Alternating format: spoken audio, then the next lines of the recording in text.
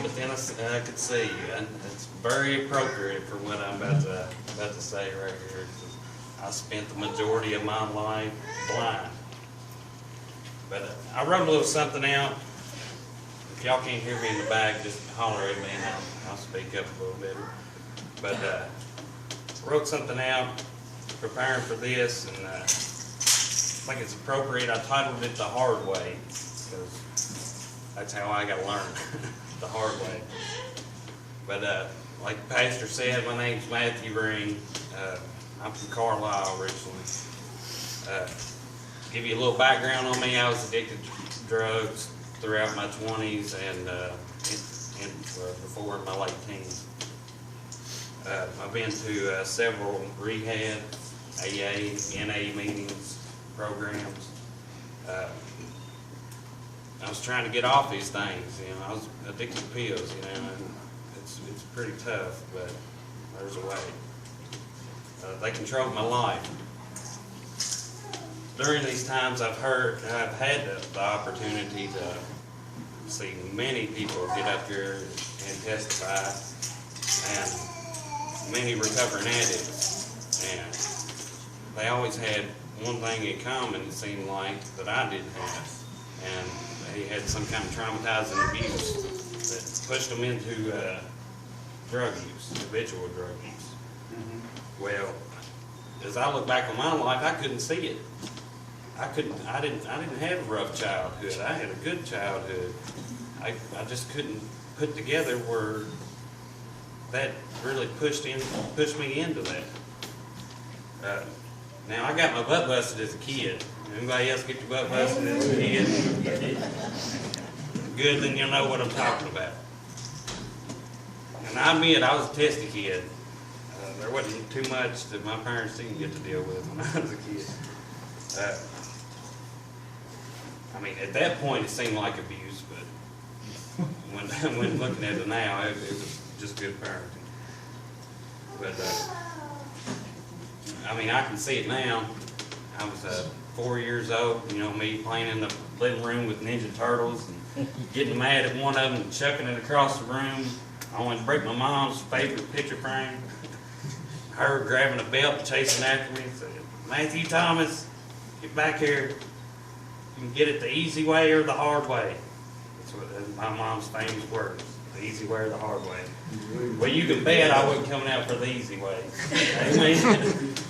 And she finally coaxed me out saying, "Don't make me call your dad." And because Lord knows I'd rather get my dad or my mom's belt than my dad's hand. So if that was going to happen, things were going to hurt. Matthew 7:13-14 reads, "Enter by the narrow gate, for the wide gate is the easy way and leads to destruction. And those who enter it are many. For the narrow gate is hard but leads to life, and those that find it are few." Now, I don't believe this was the easy way that my mother was talking about, but in a way it was.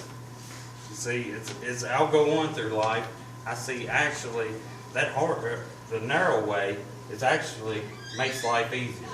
Right. If you stay on it, Right. things go good for you. Yeah. Most of the time.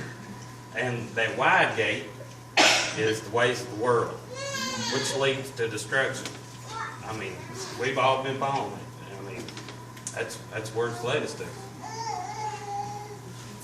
As time went on, I started staying with some of my friends. Seems like I had a tendency to idolize the male figures that came into my life. And most of them were their dads or older brothers, and they were always deep in the world's corruption. So drinking and women became my focus through the high school years and after. I think there isn't one girlfriend that I've had throughout high school that didn't hear the words, "I love you," come out of my mouth. But there's one thing. I didn't know what the word meant. Right. I really didn't. And I soon, you know, the warm, fuzzy feeling you get when endorphins rush through your brain, I associated that as love. And it had to be. You know, I never felt nothing like it. So you can only imagine the way I felt when the first time I had sex. You know, it was, man, I better get a ring and put it on this girl's finger. That's the stuff right there. You see, I never got to talk. You know, I never got to talk. The one where your dad sits you down with a Playboy and starts naming off body parts to you. I never got that. But, you know, that talk, it should have contained a hint of what love actually was. Right. And, you know, I didn't get that. But, you know, I could have put a little effort into it and done some research to see what love actually is. But I had to do things the hard way. And that stayed the same all through my high school years and after. Now on July 7, 2003, it was a life-changing day for me. I had gone to the Bourbon County Drive-In. Anybody know where it's at? I don't remember what movie was on that night. It wasn't priority on my mind. I said, what do you think was? A woman, apparently. Of course. I had a girlfriend throughout high school. And it seems no matter who she cheated with or how many times we broke up, she was still the one. She was also my first, by the way, so if that tells you anything. But anyway, she was the focus of my attention. She was living up in Paris, and I was in Carlisle. But anyway, I went to the movies, and me and my friend that went with me, we drove on this little country road. And I got to tell you, 100+ mile an hour there, back to Carlisle. And when I got there, somehow we made it anyway on this little one-lane country road. We got to see it. And we got back to Carlisle, and you know, sure enough, after I dropped him off, my phone rang. And who was it? And it was that girlfriend. And see, we was split up then. We was trying to get things back together, but you know, we still split up. Well, she said she needed to talk to me. So what I do, I jumped on that little one-lane road again, doing 100+ mile an hour, and drove back to Paris. Well, I got up there, and you know, we did the thing and all that, and then, you know, when I left, it was I love yous and all that stuff. But I looked down at my watch, and it was 1 o'clock in the morning. And I was 17. You know, I had some strict parents, believe it or not. And so I said, man, I gotta go. I jumped, took off, started heading towards that road again at 100 mile an hour. My dad called.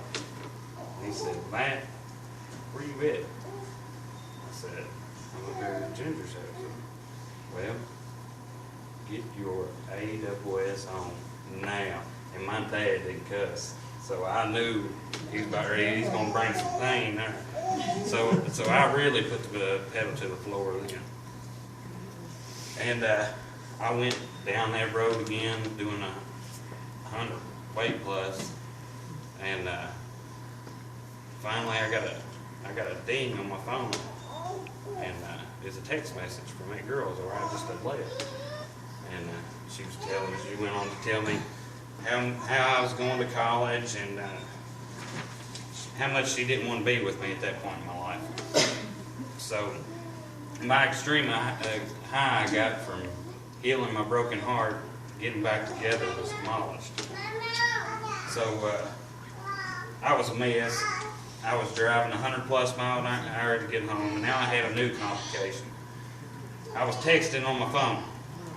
Okay, this was 2003. I didn't have the latest BlackBerry. I had the latest Nokia. You know, the ones where you got to press button 3 times to get a C. So, and you know, I was always told, Matt, don't drive fast while crying, speeding, and texting on a super low Nokia phone. But I had to learn the hard way. And I did just that. Right after I pressed send to a heartfelt message, I looked up and I was in the curve. I jerked the wheel. Well, my momentum carried me straight into a huge walnut tree. And it didn't give me. So I came to, and I was lying in a field, blind. You see, my fuel tank had ruptured, sprayed gas into my eyes. That plus whatever come out of the airbag had left me in rough shape.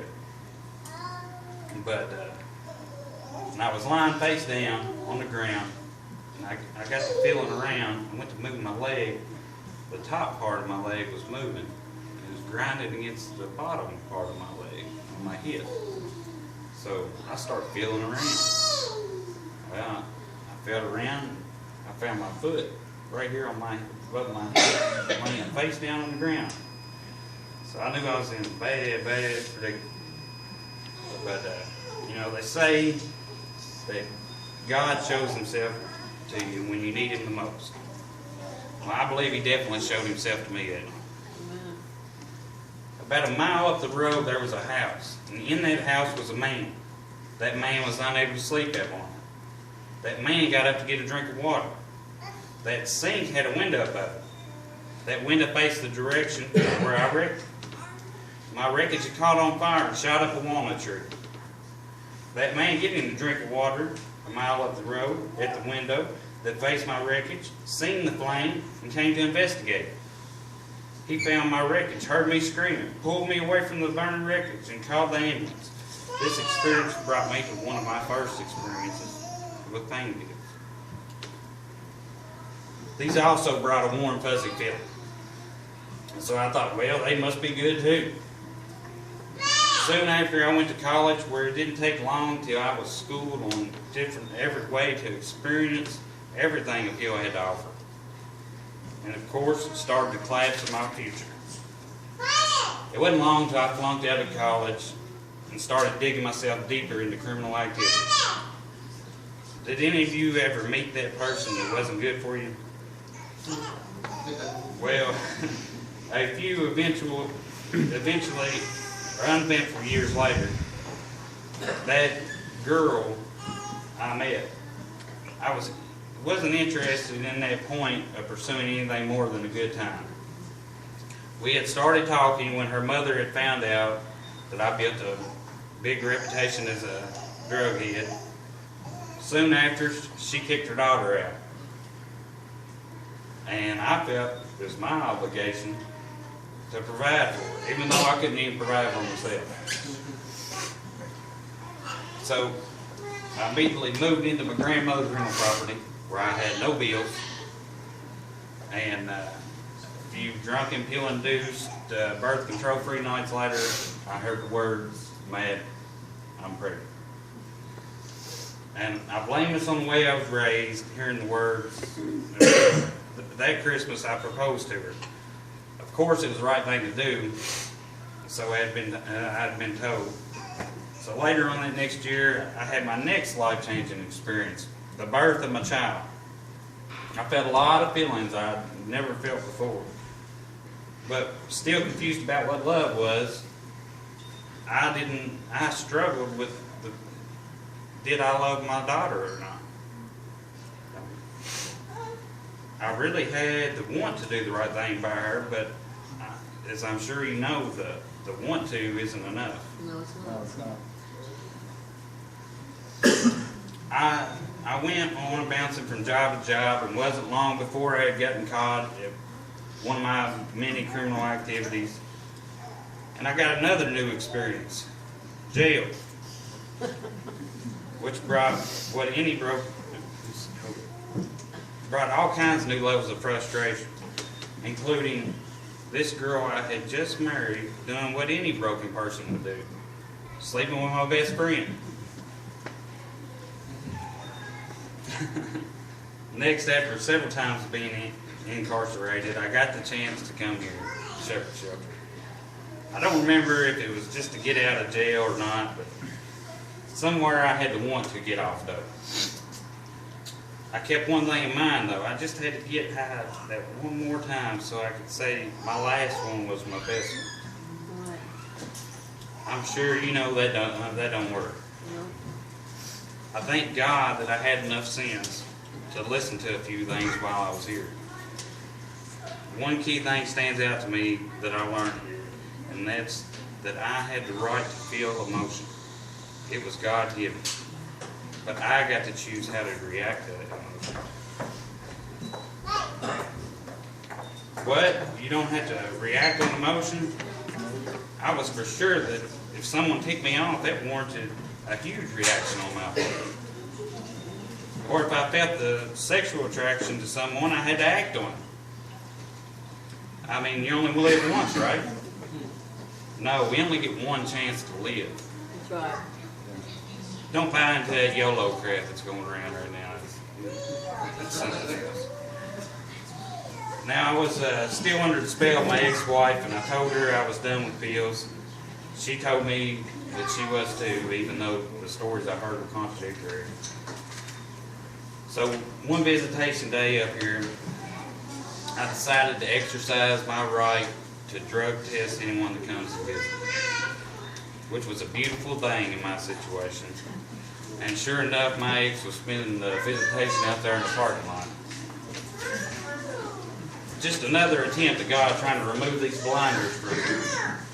But yet again, I had to learn the hard way. Okay, after I got out, I changed for a minute, but obviously my mindset dissolved my attempts to set things right. My next life-changing event was losing custody of my daughter, Alyssa. I caught a lot of criticism from my family and friends over this. I heard that should be enough to change your life for her. But anyone who's been there knows it's not. It leads to feelings of despair, regret, depression, which gives us a reason to use. Don't raise your hands, but anybody feel me on that? This happened several times, and so did my attempts to become a career jailbird. Finally, I sat in the Webster County Detention Center after I just found fought a huge gangbanger over the use of a TV at 4 a.m.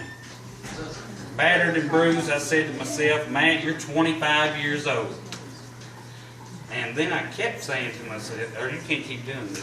And then I kept saying to myself, Matt, you're not going to be 40 years old and be in this place. You got to grow up. See, I told myself and kept telling myself that. See, I had just made parole and I was on my way to a halfway house in Louisville. I saw this as my opportunity. Wide, new start where I can choose whatever I want and be that person. Well, that's what I was going to do. Well, the first thing I said, well, this is what I got to do. I made the list, and I said, this is what I got to do. I got to get rid of that ex-wife. So I filed for divorce. Well, her lifestyle landed her in jail, where the papers were set. Well, it being her first time in jail, she wasn't taking too kindly to the experience, and decided to inform KFB of things I've done in my past. The next thing I know, after just making parole, deciding to change my life, I was facing 14 years federal and 10 years state. And I won't lie, I was devastated. And I broke down and relapsed while I was in jail a few times. After a couple months, I had made bond and was back in the right mindset. I told myself I have to do whatever is possible to make myself appear I was a changed man in front of the judge. And I said, wait a minute, hold up. What would be better than making a real heartfelt change? So I had, I wanted and craved God in my life. I knew that. And I had asked Him in my heart before, but I wasn't willing to do His will at the time I wanted. One of my first prayers after this was for God to give me wisdom. Not a repetitive prayer like the Serenity Prayer, but a prayer so real I had given a piece of myself, my identity, to God with it. Little by little I acquired it, and I got it in doses because I was actively seeking it. You know, I heard my relatives talking about their experiences when they gave their lives to Christ. They would say, you know, they felt such cleanliness, like they didn't ever want to sin again. Well, that didn't happen for me. I had to battle my thoughts, my actions, and my reactions every day. So that's exactly what I did. And trust me, it was still it was and still is a battle. I found that, well, let me put it like this. I'm sure a lot of you smoke or use tobacco. I found that, you know, when you go to jail and you've been on dope for everybody, you start detoxing. Once you get through them detoxes, you're more concerned about a cigarette than them pills, right? Well, it's the same way with me deciding to follow Christ, it seems like. Once I started, I concerned myself, bettering myself, and was currently concerned with changing my thoughts and actions. The thought of using or criminal activity was getting smaller and smaller. Well, my trial went on for over a year. This whole time I took every advantage of every opportunity to better myself. I was feeling feelings I hadn't felt in a long time, like I was accomplishing something. It felt great. Finally, I was reaching the point that I had to do something about this time I was facing. So the deal that was on the table was 8 years state time and it knocked out the whole federal time altogether. I was okay with this. I told myself, if this is God's will for me, then I'll be doing it regardless. So I signed the offer and went in front of the judge. I told my lawyer I wanted to speak before the sentence. When the lawyers were done with their arguments, it was my turn. I proceeded to tell the judge exactly what has been going on in my life. Not a little I don't want to go to jail speech, but a true, heartfelt message to him, how I've changed. The judge looked at me and he said, Mr. Green, when you walked up here today, I had every intention on sending your butt back to jail. But after I've heard you speak today, I believe you. I am going to give you another chance. You were sentenced to 5 years probation. Don't make me regret it. I just signed a deal for 8 years. I stood there in disbelief, knowing there's only one explanation for this. I had just witnessed a miracle. Yes, you had. During that year, my perception was changing. I was seeing things. I believed how God wanted me to. I had healed relationships that I thought at one time were too far gone. I was starting to see the everyday miracles of God. And even experiencing the little pleasure of God's rewards. A special woman was placed in my life. The wisdom that was brought into my life told me that I should seek a certain kind of woman in my life. My main concern was where I would meet this woman. I knew my chances were very slim of finding a respectable woman in a bar or a party. Try. And that my chances weren't good, so that wasn't good enough for me. But see, along with changing my life, I was acquiring wisdom. I also started living by what had been instilled in me as a child. One being, if you always do the right thing, you'll never have anything to worry about. Famous words from my mother. Also, before I met my fiance, I was bouncing around in relationships and couldn't get one to stick. I thought I was bettering myself with these women, but I still had a little blindness in that area too. After a couple failed attempts, I sat down with my father, a man that has been married since 1977 to one woman, never divorced, and I asked him, Dad, how do you make a relationship work? He replied, Matt, this is what you do. You find a good woman, and you never give her a reason to doubt you.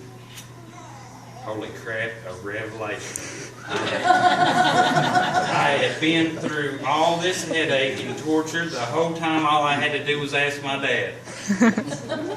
That was it. No longer was I having to learn the hard way. Matt Ring had reached a new level. How could it be something so simple was so life-changing? Now I'm sure you've all heard 1 Corinthians 4-7.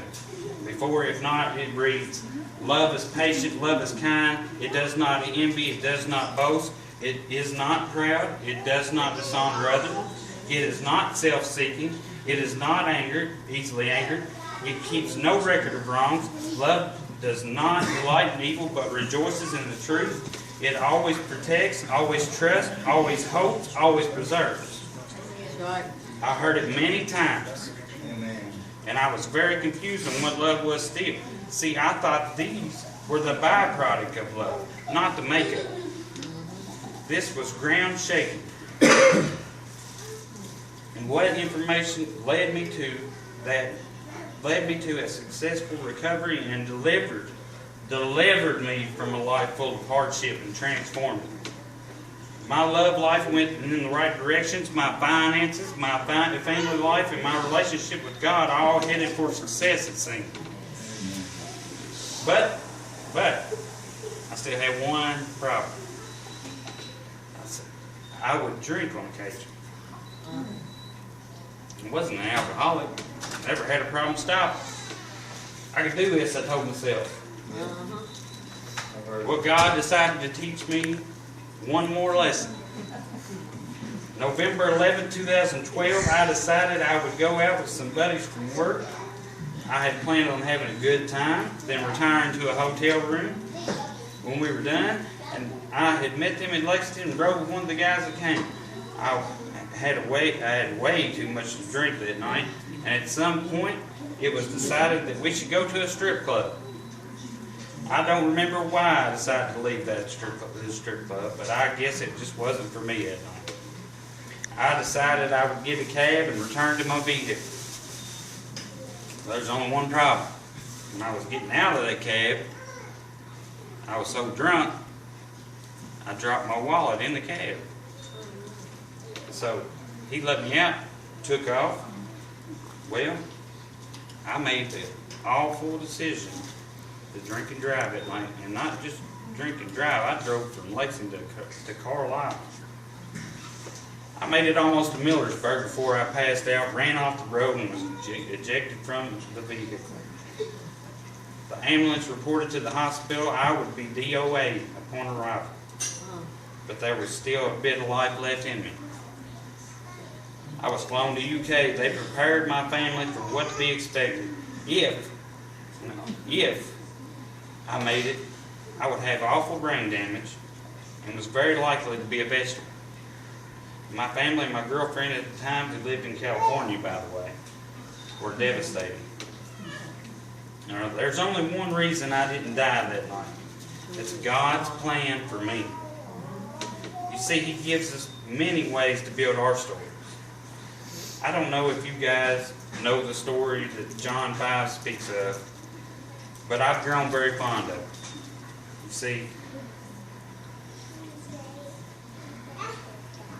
You see, there's a lame man that lies next to the pool of Bethsaida.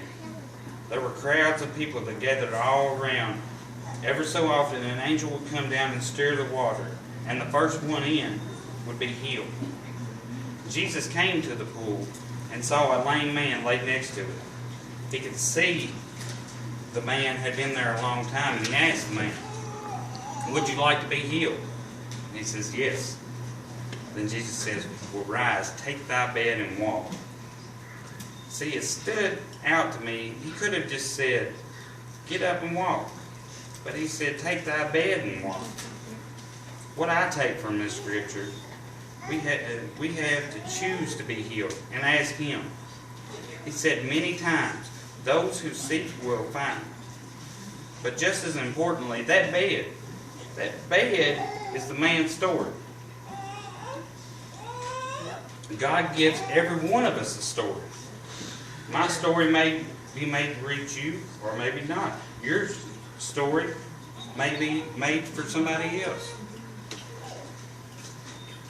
But you're the only one who can decide how that story ends. Right. So make it a good ending, one to be proud of. Getting over a painful experience is much like crossing the monkey bars. At some point, you have to let go to move forward. That's C.S. Lewis. This is what I've done. I picked out things that were worth holding to and let go of the rest. One of the biggest things that held me back in life was fear. Fear of what would happen, what people would think, how it would make me feel. But guess what? I never found out by operating in it. I didn't like that about myself, so guess what? When I decided to change, that was one of the top things on my list. And it was great. I rode roller coasters. I took chances that I normally wouldn't. Heck, I even tried sushi. Even though that wasn't the highlight of my change. But I know now God had given me freedom, opening a whole new world to me. One more thing before we go, and it might just be the biggest part of my recovery. Let me ask you a question. Let's say a dirty, mangy dog walks up to you. What goes through your head? Is it, wow, get him that away from me, you nasty thing. You probably got fleas and some nasty disease. Or do you say, wow, this dog has had a rough life. Let's see if we can get you some help. You see, God would do amazing things in your life if you just open your heart to Him. Yes, He will. He can give you an outlook on life you've never had before. You sure can. I wish I could take all the credit for my recovery. And I did play a role in it. But that role was letting God into my life. Right. He has changed me from the inside out, and I will forever be thankful for His grace. Yes. Thank you guys for listening to me. I hope every one of you has a spiritual awakening and receives God into your life. He has a plan for each one of you, believe it or not. Yes, He does. Amen. And it will only work if you choose to let Him into your life. Amen. That's all I got.